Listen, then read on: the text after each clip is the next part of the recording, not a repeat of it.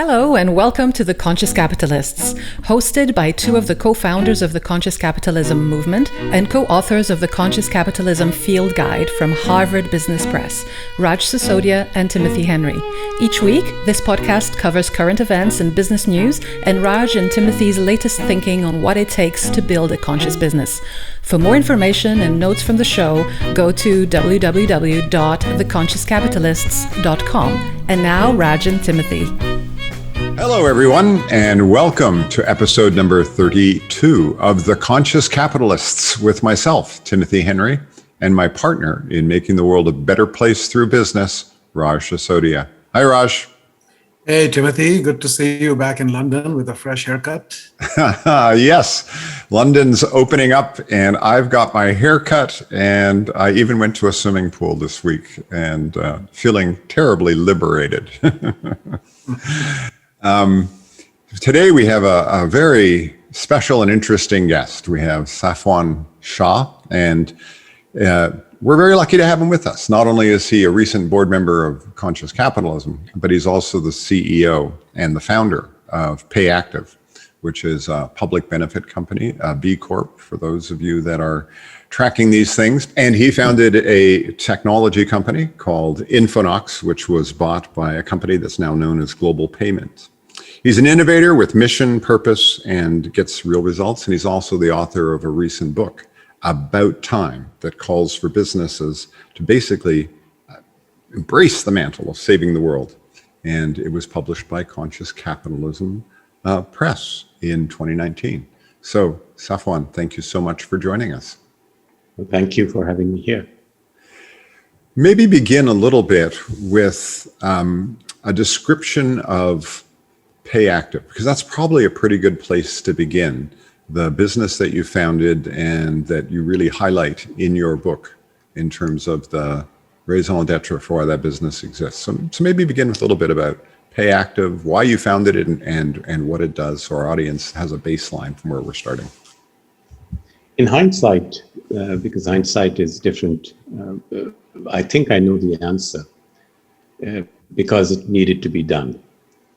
So now, having got hindsight out of the way, the actual specific reason, it was at the time of my life, it was that time of my life where I was looking for a specific purpose. And I had been a fintech person for many years. I had sold a company. I was taking a break, quasi-retired, and didn't know what to do. And didn't have an autocomplete button on my, sort of like a phone on my life. So I had to complete the story. And this 2009-10 had just happened, which meant that lines at food banks and millions of people living paycheck to paycheck and so on. The data was just all over the news and media. And I kept asking the question to myself that why is the richest country in the world, why is this richest country in the world have a kind of a quasi third world in its belly? It just stunned me that, this is the world's richest country. What is going on? What happened? And one thing led to another. And I actually think was the first one to find this blind spot around how wages move. And that was the genesis of PayActiv, that why is there a 2-week pay cycle when everything else is real time? And PayActiv, as the word suggests, PayActiv. I thought that let's go to businesses and see if there is a way to make money move faster as it moves from an employer's bank account to an employee's bank account, and what goodness can come out of it if money moves faster to less rich people. They spend it, they eat it, they transport, they do those things. So that was the genesis. Yeah. And one thing led to another, and it was a big idea. I didn't know it at that time. It was just something to keep myself busy and remain purposeful. And now it's become a category. Yeah, it's become an interesting category in a sense, the whole notion of financial wellness benefits in a way, isn't it? That's really what you're now starting to get into, which is how do I help the financial well-being of those people that are most vulnerable in our society? So maybe say a little bit more about that, what that means to you, that idea of financial wellness or financial well-being. So I think to me, the meaning of financial wellness took a long time to really understand. I never understood the term. So in the last 2, 3 years, I spent a lot of time trying to dissect this term. And having been, being an engineer and thinking a little more analytically than other people do, I wanted to understand, what does financial wellness really mean? So I went to every kind of research that's out there that I could get my hands on. Does it mean budgeting? Does it mean savings? Does it mean having money to retire? And I kept asking this question because we use this term so often and perhaps loosely. And the biggest discovery for me was that I think the word is misused. And we are looking for something or talking about something which is not even an aspiration for a lot of people, because they are struggling for livelihood. And that led to this whole new sort of thinking that I want to, and I've never really shared it in words, that we actually go from a journey of struggling for livelihood, making ends meet. Once we are able to get food, fuel, a car, various types of insurances, a rent payment, so those are livelihood needs. And then only can we aspire for financial wellness, which means growing. So if you had to put it in very simple words, most people struggle for liquidity, cash in their hand. And financial wellness is not even, what are you talking about? So if you go to the genesis of the term and the word, which may come as a surprise to a lot of people, it came from insurance companies because they wanted to sell long-term savings products in a society, in a country where people have no savings or didn't have for a long time, and still there is a big struggle. So that is why I've kind of started thinking of financial wellness in a slightly different way. Livelihood first, financial wellness second. So when businesses say we want to give financial wellness, I always have this conversation with them. What does it mean to you? So Tim, it's like a catch-all these days, but I think we should parse it. It means different things to different people. Yeah. No, I love that. I think that one of the statistics in your book, that 57% of Americans, 57%, almost 2/3 of Americans, have less than $1,000 in savings. And another remarkable statistic, let's not forget, 2/3 of Americans are hourly workers, and their hourly wages fluctuate month to month, depending on how many days in a month, et cetera. So when we start to get into this discussion of, I think you called it liquidity versus compounding, the wellness is about how do we compound, how do we save money for retirement and make sure you're well. And I love your focus on livelihood and how do we help support those frontline workers who are right on that edge. So say a little bit more about how that then starts to become active in PayActiv in terms of the offerings that now you offer to businesses. So it's a framing thing, right? Once you frame it as a struggle for livelihood, right? And if you say that liquidity is the need for those who are trying to survive, and compounding is the joy that enjoyed by those that thrive. So if you separated the two out, then now financial wellness gains a meaning. Those who are trying to survive, financial wellness means this, this, and this. Those who are trying to thrive, financial wellness means this, this, and this. So that's one way to look at it. Yeah. In the context of PayActiv, my own journey is a journey of understanding, because I could not lean on a body of work and knowledge and universities doing studies and some published data that this is what is going on, right? This is all happening at real time, runtime. So for me, it was really learning from users, talking to people. So when we started this idea of not going to consumers, but going to the businesses, that was a major leap. That was the first big move. That why would you make a business which would go to businesses when it's so much easier to go to consumers, right? Consumers, one person decides in a moment of emotional, whatever moment, they can decide behaviorally, oh, I'll buy this. But you go to a business, now you've got people around a conference room table. Should we take it, not take it? It's done by consensus. So we went to businesses and we said to them that, as you use the statistic, that 2/3 of your workers are living paycheck to paycheck. The data is clear. They are also paid by the hour. So they work 1 hour, they earn some money, they work another hour, and they're on a clock. They clock in, clock out. They are going outside your place of business and borrowing money. And it is at a high cost and high risk to them. And it changes their ability to work, ability to engage with you, and ability to perform at a higher quality of service, et cetera, et cetera. Do you think as a business, you could let me pay them whatever they've earned in real time?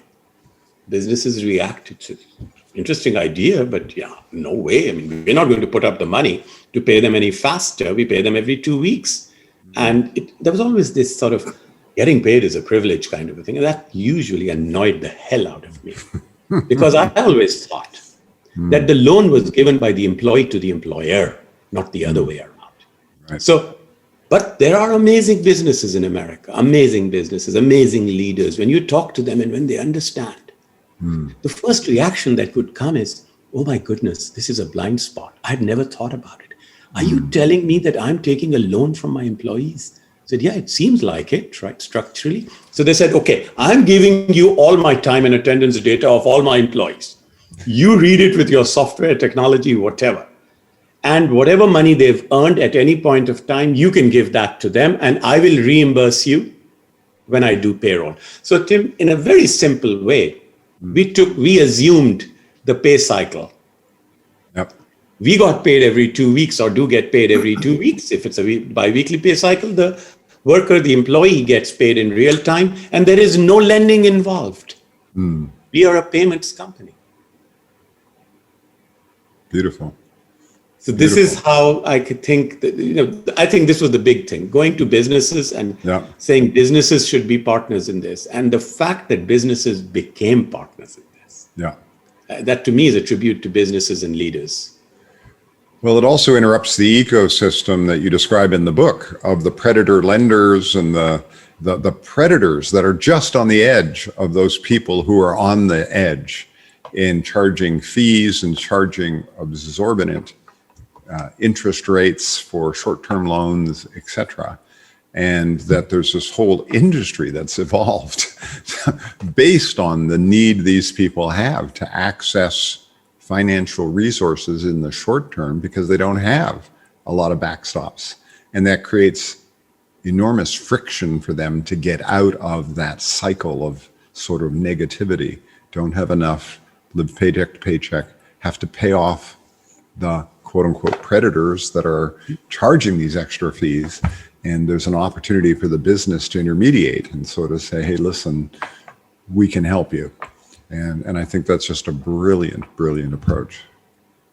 Yeah, I think we have kind of a gotcha system, right? Where all these landmines or traps laying everywhere.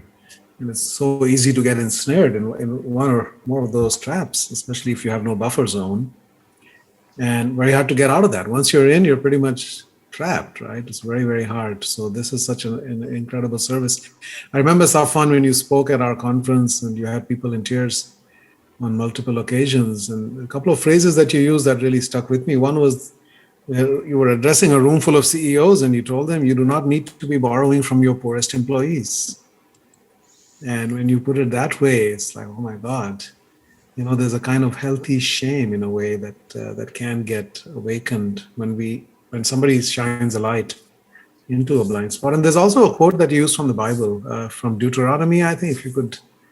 Deuteronomy 24:15, 3,000 years old, more than 3,000 years old. Pay them their wages before the sun sets because they are poor. Yeah. And it was, and Raj, thank you for remembering that in your kind words. But it was a journey, right, for me to convince myself that how could I, who was a technical engineering, that type of mindset, why am I getting into a world which I don't understand, I don't have any experience in, but on an emotional level, isn't everything ultimately a human thing. And when you bring humanity in your work, to me, it was so obvious. When I dissected this, that what am I doing? Am I kind of now a lender?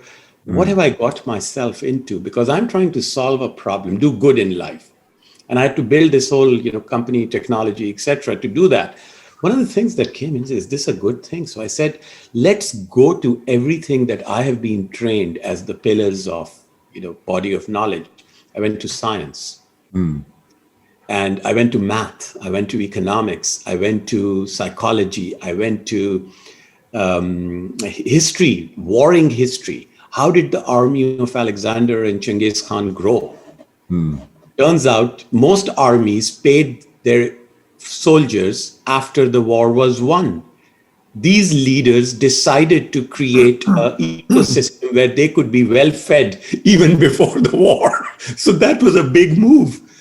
And you go to royalty. Royalty in England, I'll use an example from England, Tim. Royalty buys, no, maybe that's a bad word. Royalty gets loyalty by, every few decades, they do a jubilee. In England, in royal kingdoms, there used to be a jubilee, and most people don't know the meaning of the word jubilee is forgiveness of debt. That's right. On your 50th anniversary jubilee, your 50th birthday is an important one because it means forgiveness of debt. Yeah. In German, Schuld means shame, and it's the word used for debt. So we have exemplars in math, which was fascinating for me. The realization that wages have three variables: how much, which is level; how, which is structure; and when, which is timing. How much and how is well understood, but they're political debates. Minimum wage is a how or level debate. Yeah. Structure is also a political debate, taxes and so on. But when is not a political debate. It is timing is entirely in the hands of the employer. And that goes back to math. Newton brought time into an equation. Because of Newton and calculus, well, Leibniz would argue that, because of Newton and calculus, we have time in an equation. And now we've brought time into the equation of payroll. So these are all, I can give you so many examples. I've spent so much time with this problem. Well, I think the source of suffering, as you know, you are featured in the Healing Organization as one of the stories. And when I started becoming aware of your work and all the wonderful research that you've done to sort of dimensionalize this problem and how many people, those numbers were new to me when I heard them from you, as to how many people live paycheck to paycheck, how many people are hourly, and then the consequences of that. So when you have that level of financial uncertainty and stress that you are living with constantly, not only does it impact your engagement and your ability to be creative and all of that, it curtails that dramatically, but also it then leads to all kinds of other ailments, right? The connection between financial stress and then physical and emotional and psychological conditions is enormous. So if you look at the healthcare consequences of that, they are huge. And so there's just it's all tied in together. Indeed. Typically studies use words like self-efficacy, self-esteem.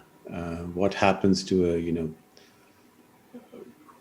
father, parent, when they can't take care of small issues with their children, so on and so forth. It's a cascade. It's a very sensitive dependence on initial conditions, so to say.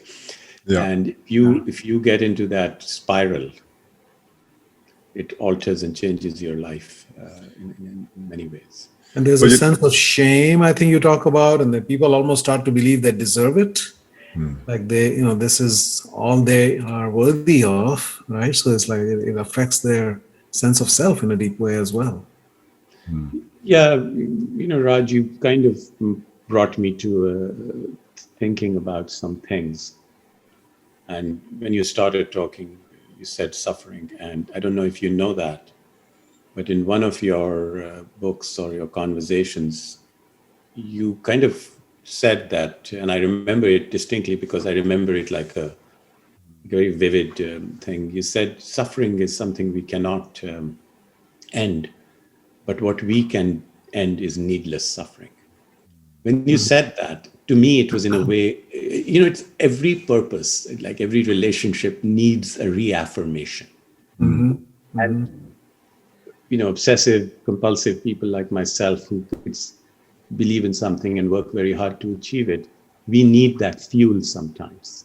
And in those two words, needless suffering, I got the fuel that my purpose in life now is not, I can't end suffering, right? I can draw inspiration from the Viktor Frankls of the world, but I can't end suffering, but I can end needless suffering, and every CEO and every human being can end it. And that's a good cause. That's a good flag to carry. So that was a big inflection point. Now coming to the other point, how it impacts people, shame and so forth. I mean, there's no end to it. I'll tell you an incident. And so I was in Goodwill, Silicon Valley, and we had decided that they were one of the early adopters. An amazing CEO was there, and he had said that I'll give this service to my employees. And Goodwill, Silicon Valley is a big, they have warehouses where they clean clothes which they've got from families, hand-me-downs and so on, and then they put them in their stores. They do amazing work. So there was a whole infrastructure built around it, and we were interviewing a few of their users, because New York Times or somebody had decided to write an article about us. It was that moment for a little company that we are going to get recognized. And I'm standing there and a couple of my team members, and we are filming this individual who was working there. I remember her name, I won't use it. And this interviewer asked her, who was making the video, that what does PayActiv mean to you? Basically, like what does it mean to get $50 or $100 that are stuck in the system at the right time? And I was standing there and I was filming it with my camera. And she said, it gives me room for dreams. I was just devastated for that moment. That who the hell am I to have this power that the $100 that you've earned, it is your rightful due. Call it scripture, science, economics, math, everything. It's your right due. Yeah. That for getting it on time or getting it when you need it, I'll tie it back to needless suffering. How much needless suffering are we causing? Yeah. So let's not even go into what it causes. Shame is just one example of it. Each one of us at some point in our life have had that fear of money running out. Yeah. Each one of us. It's just that we don't remember it in that way because we've gone into denial. But imagine millions of people. The father who can't bring a child French fries with food because she wants to have them. Millions of people. This is America, and this is the world. But in America, it shouldn't happen. So anyway, I think what's also fascinating is that you've not only addressed the time issue, but you're also expanding it into helping people, in a sense, start to learn financial literacy, because in many ways, there's a strong correlation between the level of financial literacy and people's ability to function in the world. It's just strange that my daughter graduated from Wharton, so I get this Wharton magazine electronically or something. And just this week, there was this article that they were sending us from Penn Today about this researcher who comes back and says, financial literacy for white women in America is, on the way they were scoring it, only 21% of women were financially literate. When you look at African American women, it drops to 9%, and for Latinos, 13%. So part of the whole challenge is not only getting them the money, but also helping them understand how to budget, how to save, and these kinds of things. And say a little bit more about how you're expanding a little into that space with the app and the way you're approaching it, so that it's really taking a more surround approach to people, and not just saying, here's the money, but hey, here's some other things that you might need to help create that step ladder to get them into a place where they'll be a little Yeah, bit more so the good safe. news is that when I say we are a payments company, so the money they're getting is already theirs. So, and why they're getting it? So we track few things. So they can get half of what they've earned. So that's 50%. So that's an inbuilt guardrail. That's a big one. Secondly, there's no cost to accessing the money. It is actually free. Our service is free because they load it on a Visa card that we provide, which is free also. So we make money when they spend it. So loading money on the card as many times. So what it does is, it's a very interesting behavioral thing. If you charge somebody $5 to take money out of an ATM versus another ATM where it's free, turns out you take the most amount when you're paying the fee, and you take the least amount when you're not paying a fee, and you can use it as many times. It's like a refrigerator Yeah. full of food, and you can snack as many times. After a point, you'll stop snacking. And you'll say that this is my food, I can eat it anytime. So you'll right size it, right time it. So this kind of guardrail is built in our app because there's no fee. They right size it, right time it. Secondly, we pay their bills for free. We give them little prompts and nudges, a lot of behavioral stuff without, using words like AI and machine learning and all that. It's very straightforward. Yeah. I'm not sure that I've done my, I'm going to do a lot of thinking around financial literacy more because I think it has failed miserably. And financial literacy is, I like data and I look at data, but the world I see is they are not financially illiterate.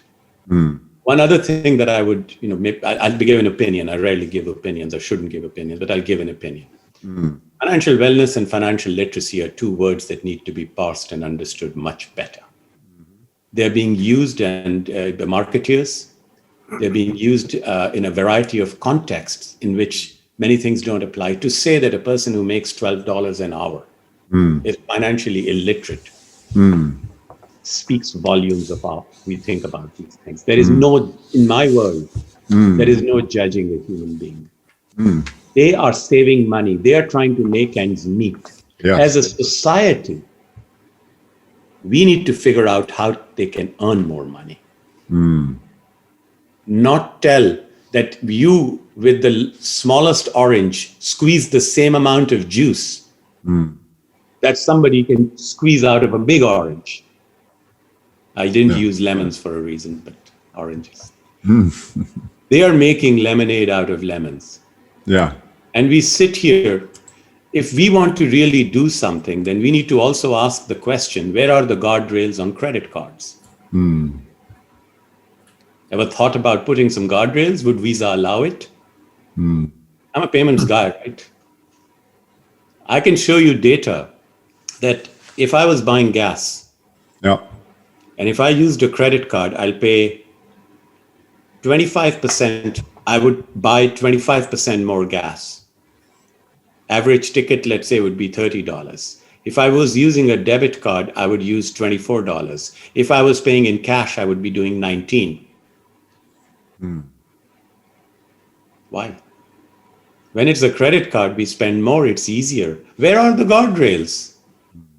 When an industry makes money by maximizing the debt, let's talk about that too. So I'm saying that these are big terms.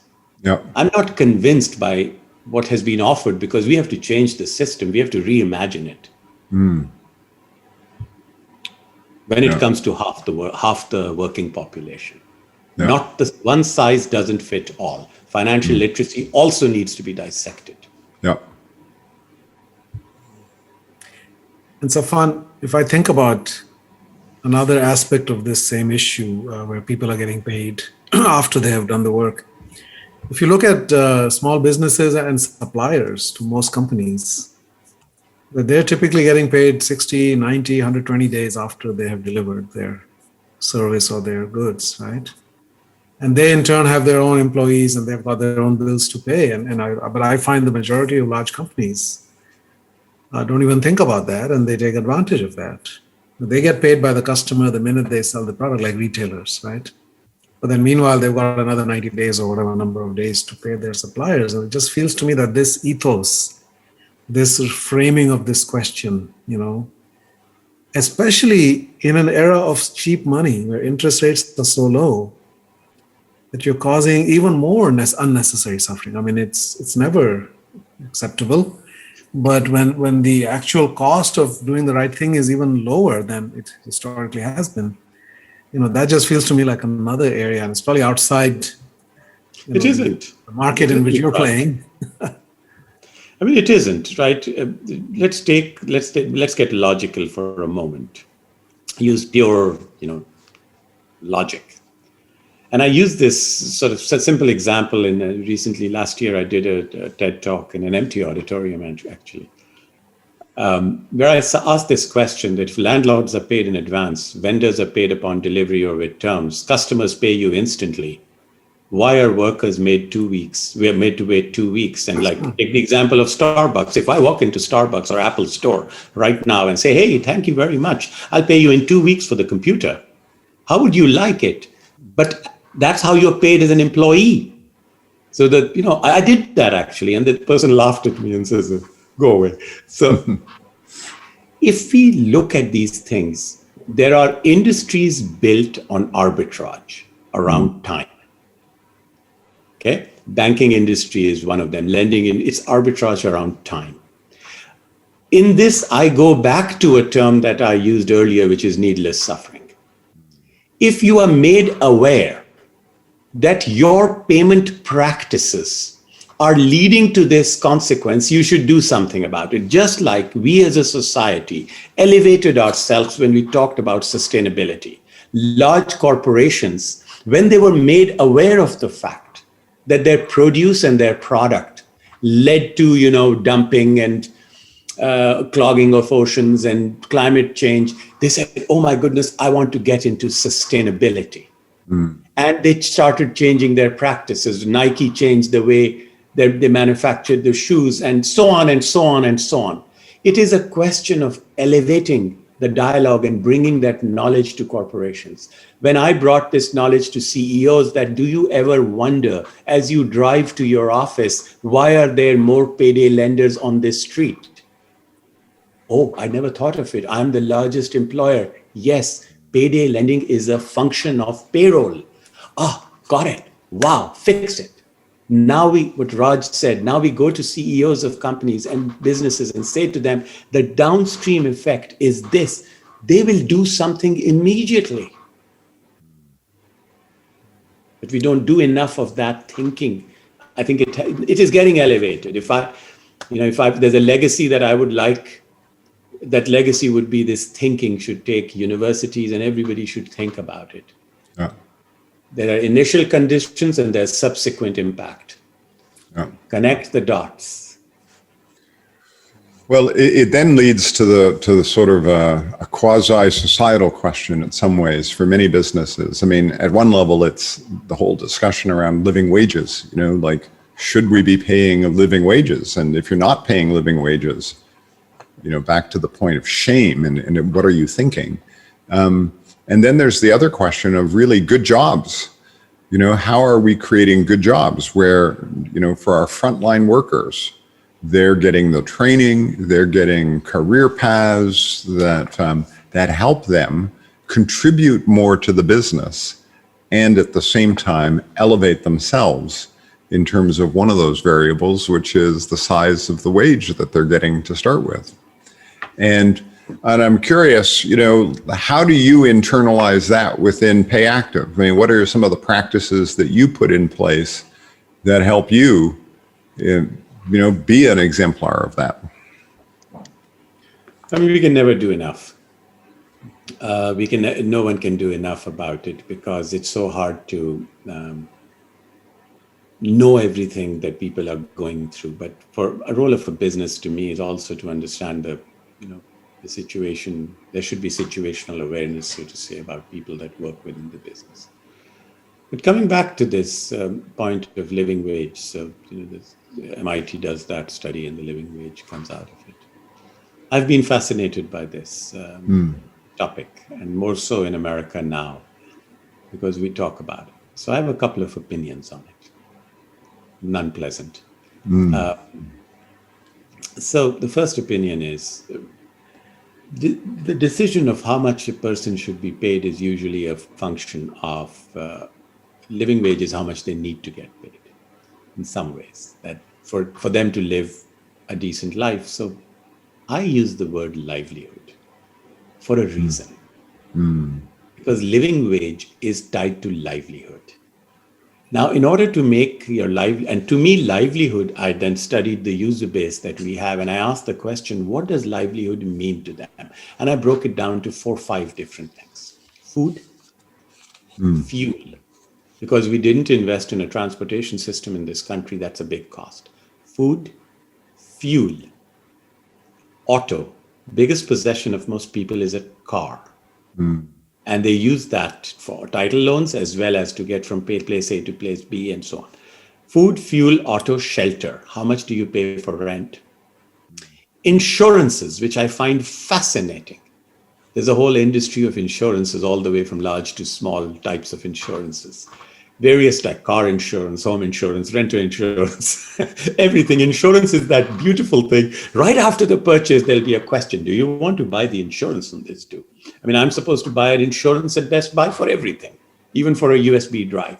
So insurances. So I asked the question, and they protect you. So food, fuel, auto, shelter. So this livelihood understanding has to be made very clear in America. That a living wage is needed because people are going hungry. We sometimes use words without their real emotion underneath it. Yeah. So that's why I say living wages. You see behind me, live, grow, connect, give. Live is today, grow is tomorrow. Connect is earn more. And then you get in a position to give. It doesn't say take. So the reason I'm saying all this to you is the living wage is of great interest to me. I think, another opinion, many businesses are structured without this understanding that if the wages were increased even 20%, this business would no longer be viable. I think there are many businesses in America. That is why there's always an outcry when wages should be decided based on need. Like, yes, basic and other, but I feel that we must find every which way to squeeze the most out of what people are paid. And if that is not enough, we need to increase wages. I ran into an amazing article, of all places, in Fast Company in September. It was citing some research done at RAND. So I said, okay, I'll better go to the research. So I go to the RAND research, and they came out with an amazing little chart. And that chart said that if pace of growth had been the same from 1975 to 2019, what would the wages have been as they grew from 1945 to 1975? Median wage in the US, right? This is a very important point. Median wage is $52,000, $53,000. That means half of America earns less than $52,000 a year. That's $4,000 a month. That's $2,000 a week. And that is no more than $18 an hour or $20 an hour. So I said, what would the wages be? If the growth had been the same for the bottom 50%, what was the median wage of United States going to be if the pace of growth until 1975 had been there? Because automation came in and all that. You know what it would have been? $92,000 a year. Is that the living wage?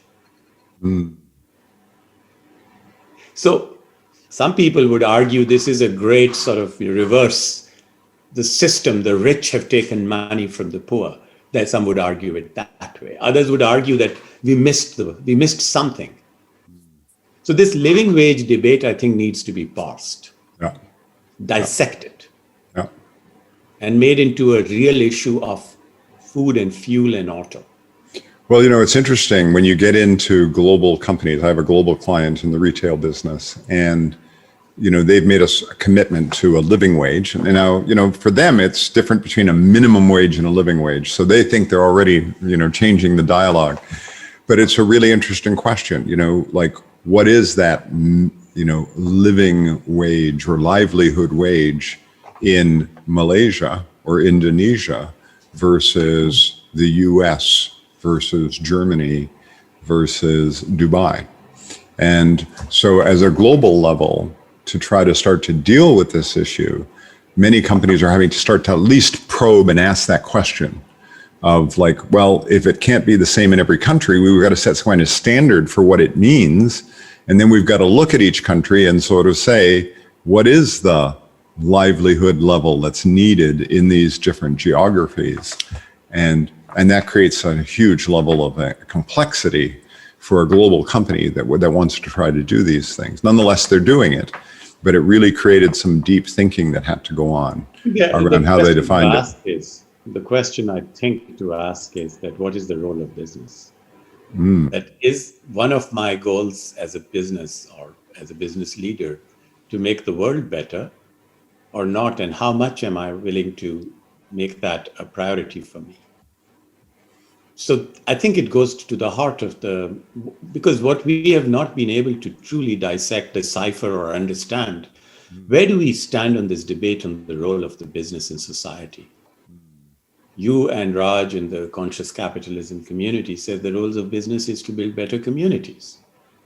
I say it is to create jobs, improve lives, and build strong communities too. But is that the role of business that everybody understands it to be? Does Wall Street see it that way? Because I think businesses have the answer to most things. But first, let's celebrate their role. Let's understand their role. Let's celebrate it. And then let them in some ways fix it also. But inspire them to lead. I think on the living wage issue, I mean, there are companies like Unilever that have done that for 190 countries. And not everybody needs to then reinvent that. I mean, there's the analysis and the research has been done. So there are some pretty, and it's a pretty generous definition of what does it mean to have a living wage. And I think beyond that, constraints lead to creativity. So when we put certain kinds of constraints, obviously you can have too many rules and too much regulation, but certain kinds of constraints, certain kinds of floors, right? You raise the floor from what it is to something different. And that will then cause creativity to kick in. And businesses then have to figure out a business model that makes it work in that. If not, then they have a faulty business. It's a business that's predicated on extracting rather than creating value, because somebody else is paying the price for your business model if they are not able to live, or if they're not able to take care of their basic needs by doing so. So I do think there are lots of comparisons. Like I saw one with Denmark recently, right? Denmark McDonald's versus a McDonald's here, and the Big Mac is priced roughly the same, maybe 5% more in Denmark. But the employees are paid on average $24 an hour, right? Now, there might be other factors like healthcare becomes a responsibility of many businesses here, and other countries don't have to deal with that. But I think there are ways when you start paying people better, your turnover goes down. Instead of 130% a year, you might be down to 30% a year, and that's a huge cost saving. Right? There are productivity gains. That's the whole work of the Good Jobs Institute. So there are lots of ways in which to make that work, and not have it be a trade-off, and not have to squeeze employees, right, in order to make the business viable. Yeah, I mean, I kind of think, yes, these are all wonderful examples. In this day and age, in this modern society, I think there are forces that are levers in that are available to society at large. For instance, if we can define the role of business is to make a better community, and if it turns out at a certain business, the employees are suffering for some reason, there should be a benchmark. Just like a hospital has a benchmark of how many people are recovering, how many people are, how long it takes. There is a benchmark around humanity, around people. And that benchmark should be made and instituted. Another thing that is another one of those Raj moments that I had when he says it's not human resource, human beings are a source. To me, these things matter. because human beings are the source. But what are we doing about the source? We talk about training people, but if businesses can train people, retrain people, move them up and down and sideways and broader skills. So I think if we had a metric around businesses, around, like if there's a great business, let's say some business that we all love, turns out that they were caught in some activity which led to oil spills. We get all angry and up in arms and all that. And we say, we got to fix this and all that. But when we say that, oh, this business is very harsh on their employees, or maybe we have to find the right way to do it because it shouldn't be vindictive and so on and used as a tool to hurt. If we could come and measure the employees of this business are the happiest, there's a survey that is done every year of all businesses in Silicon Valley. Or all businesses that have hourly workers. Show me that study. I mean, the businesses would love to put that badge of honor. Let's do that. Let's fix it that way, like we did with sustainability and so forth. That was about saving the planet. This is about saving humanity. Let's save both of them and do it with metrics. Well, I think there's a couple of things that have come up for me, and you've talked about blind spots. I think that's a good metaphor to use. And this is one blind spot that you have identified, a huge one, but there are many, I think, out there that we don't see until somebody shows them to us. So we need to shine a light. So there are blind spots, and then there are cul-de-sacs, dead ends, right? So you get hired into this job, and you're hired at this wage, and there's pretty much that's what you're going to do for the next 30 years, unless you figure out something on your own. And can we eliminate those dead ends? Because we kind of create these. I mean, I use the phrase caste system coming from India, that there are people who are kind of locked into certain low-level jobs, and they're trapped, and it's really very difficult for them to get out of that, right? So how do we end that caste? And every company has it. Every single company has, almost every company has kind of the salaried, full-time, college-educated professionals, and then you've got the hourly workers doing most of the actual work, and life is so different. The same company, supposedly the same culture, but not really. Right. So how do we not have cul-de-sacs, and how do we not have blind spots, and how do we not have stupid rules and policies and norms and procedures that actually cause suffering? I think that's part of what a suffering audit. I don't know the answer to this question, but if I had to dwell on an answer, because you pose a great question, blind spots and cul-de-sacs. I think it's about inspiration. Again, it goes back to why am I here? And am I underachieving or overachieving? Or can I actually do more?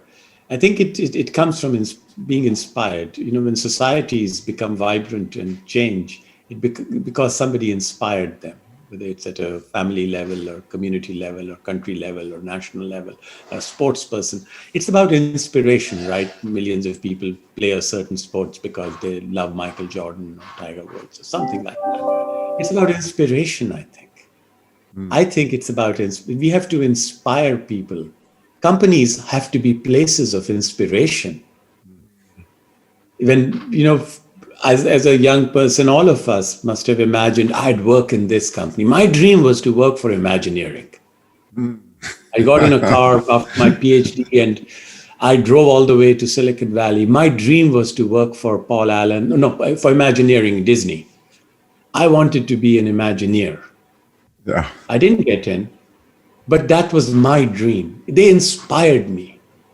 I can imagine a young person walking in the halls of a large company or in a big factory and saying, they're making some little part. But that inspiration, companies should be places of inspiration, just like colleges and universities are. And businesses are places of inspiration. And that is where we should reward them.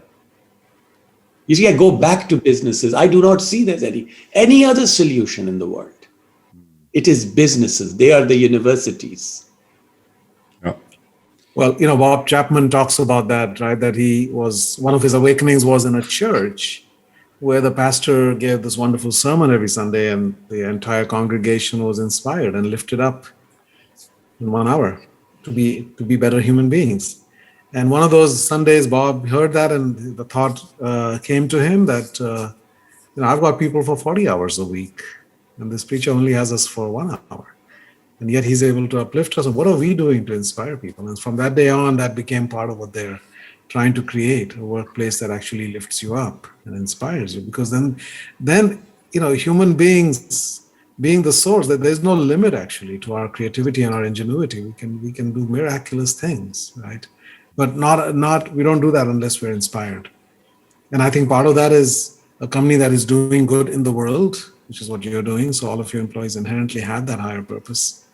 But beyond that, in individual scope, to actually share their gifts and share their perspectives and make a difference within that higher purpose. So I think all of that will then lead to even a compounding positive impact in the world.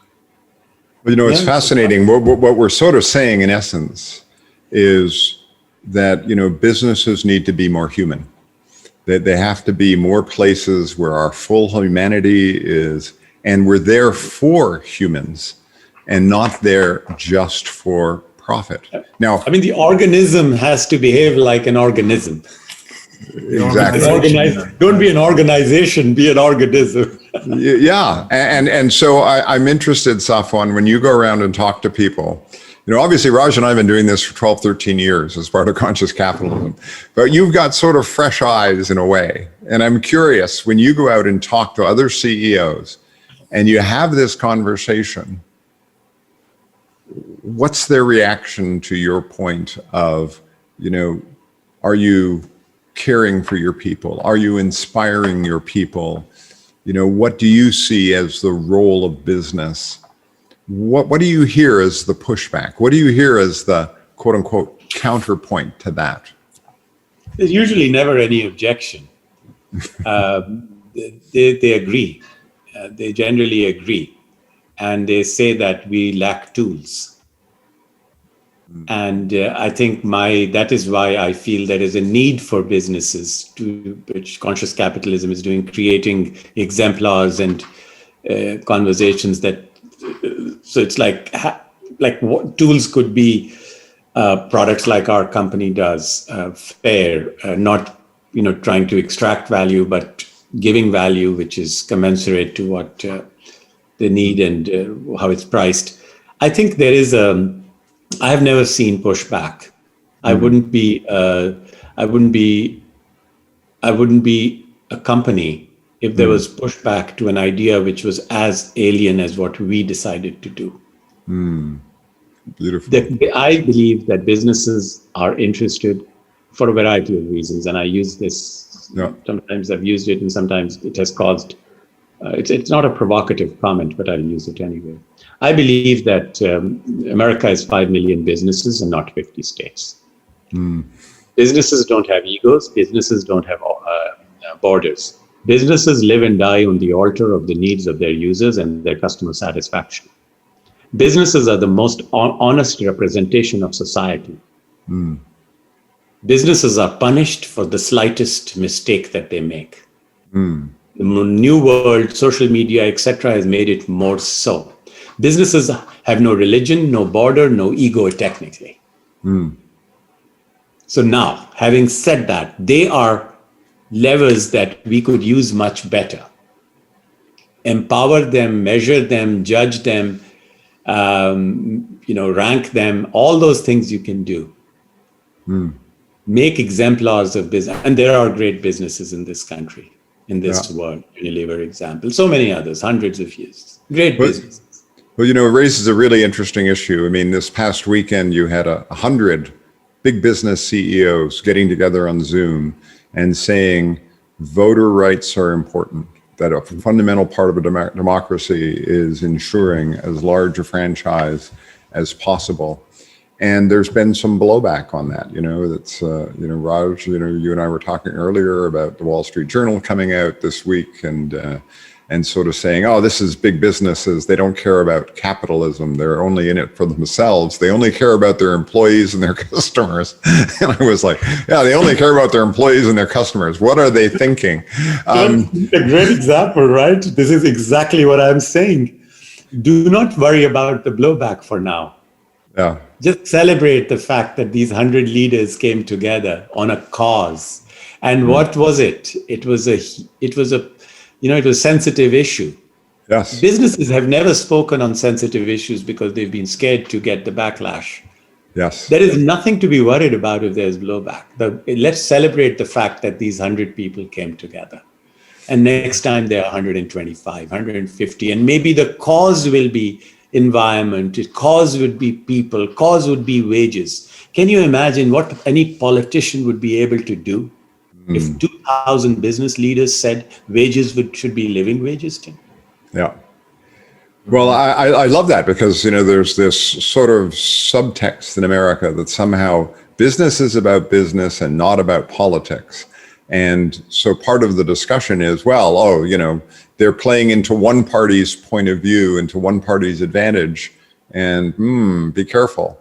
And yet there's this other argument that says maybe this is a tipping point. This is a point where businesses are standing up and saying we are part of society.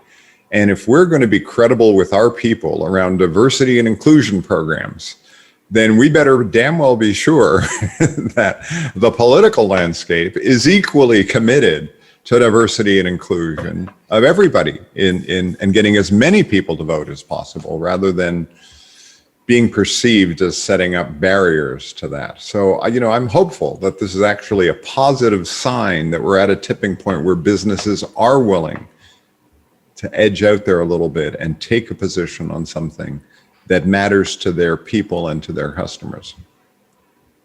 I'm an eternal optimist. I believe businesses, it's not even a tipping point. I think the tipping point came sometimes earlier. This is we are seeing the first signs of it. And in the next 2 decades, we will see the role of business to be redefined, measured differently.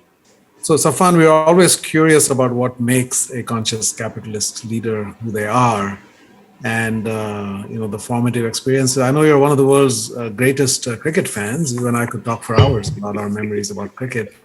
But beyond that, would you say there were things in your formative years, parental influences, that might have given you a hint that this is the kind of path that you would eventually end up being on?